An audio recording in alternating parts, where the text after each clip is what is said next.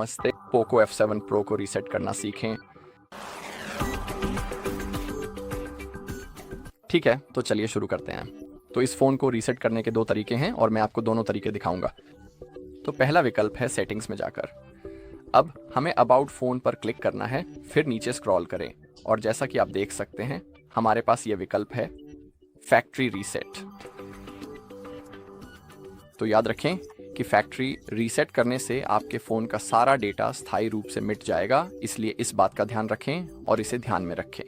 इससे बचने का अच्छा तरीका है कि आप अपने डेटा का बैकअप बना लें। अगर आपको नहीं पता कि बैकअप कैसे बनाना है तो हमारे चैनल पर भी कई वीडियो हैं जहां मैं आपको ऐसा बैकअप बनाना सिखा रहा हूं। तो अगर आप चाहें तो आप उसे देख सकते हैं।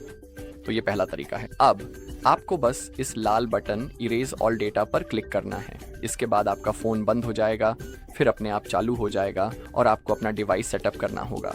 ठीक है, तो ये पहला तरीका है जिसे तब सुझाया जाता है जब हमारे पास फ़ोन तक पहुंच हो, सब कुछ सही से काम कर रहा हो, फ़ोन रिस्पॉन्सिव हो और हम जो भी एक्शन लेना चाहें ले सकते हैं।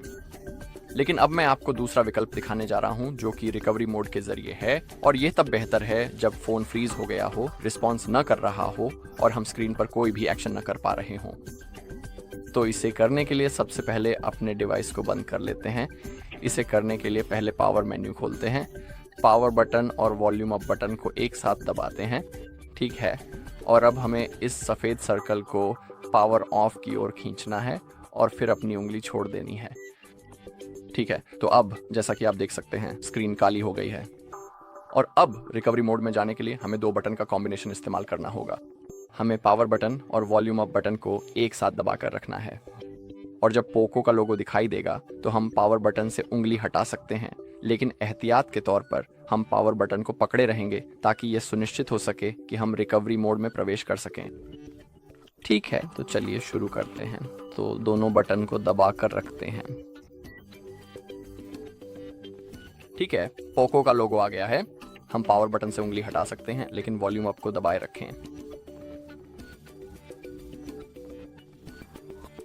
ठीक है, और अब जैसा कि आप देख सकते हैं हम Xiaomi HyperOS रिकवरी में हैं। तो अब इस मेनू में नेविगेट करने के लिए आप स्क्रीन के नीचे दिए गए निर्देश भी देख सकते हैं।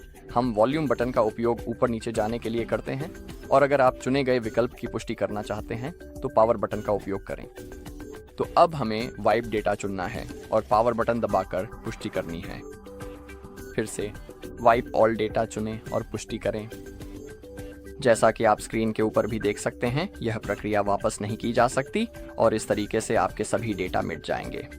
तो कृपया इसका ध्यान रखें। ठीक है, तो अब हमें कन्फर्म पर क्लिक करना है।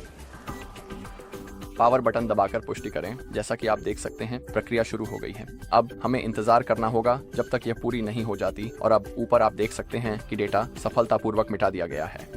ठीक है, तो अब हमें बैक टू मेन मेन्यू पर क्लिक करना है, फिर रीबूट चुनना है, पावर बटन दबाकर पुष्टि करनी है, फिर से पावर बटन दबाएं और अब पहले की तरह फ़ोन अपने आप चालू हो जाएगा और आपको अपना डिवाइस सेटअप करना होगा। ठीक है, तो इस वीडियो में बस इतना ही। देखने के लिए आप सभी का धन्यवाद। अगर आपको यह वीडियो मददगार लगी हो तो कृपया लाइक करें, कमेंट करें और सब्सक्राइब करें।